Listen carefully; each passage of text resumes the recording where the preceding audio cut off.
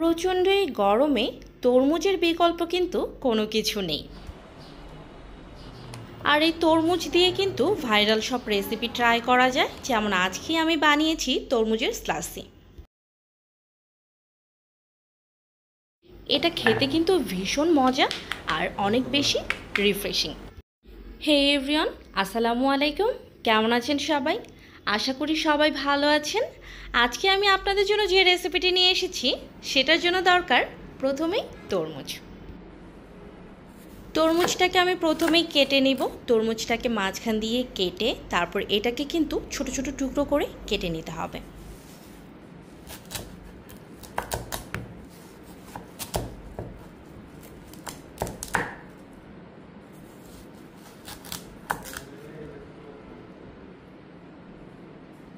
আমি এখানে 3 স্লাইস তরমুজ নিয়েছি ছোট ছোট করে কেটে। তারপর এইগুলোকে আমি সারা রাতের জন্য ফ্রিজে রেখে দিব, জমাট হওয়ার জন্য, মানে বরফ হওয়ার জন্য।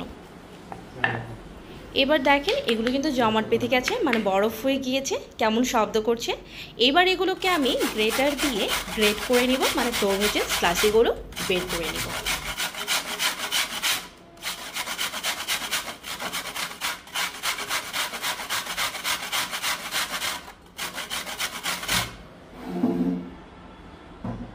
এই পর্যায়ে আমি একটা গ্লাস নিয়ে নেব, সার্ভিং গ্লাস। তার মধ্যে দিয়ে দিব হচ্ছে কিছু বরফ কুচি আর 1 স্লাইস লেবু।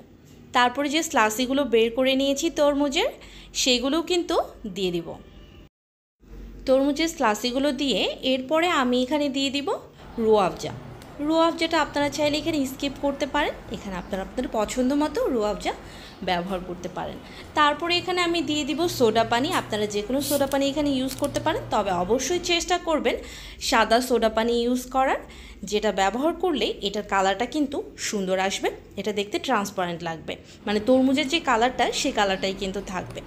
এরপরে একটু স্বাদের জন্য আমি কনডেন্স মিল্ক দিয়েছি। আপনারা চাইলে এটা কিন্তু অ্যাভয়েড করতে পারেন।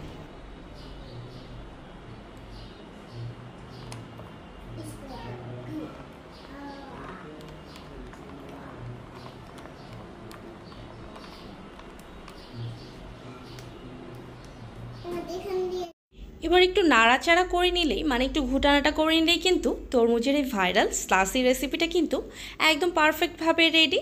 এটা কিন্তু ফেসবুকে অনেক বেশি ভাইরাল হয়েছে, আর এটা খেতে কিন্তু দারুণ মজা, অনেক বেশি রিফ্রেশিং। আপনারা কিন্তু বাসায় বানিয়ে ট্রাই করতে পারেন। আর আমার ভিডিও যদি আপনাদের ভালো লেগে থাকে তাহলে অবশ্যই লাইক, কমেন্ট এবং শেয়ার করতে ভুলবেন না। আজকে এই পর্যন্তই। ধন্যবাদ সবাইকে।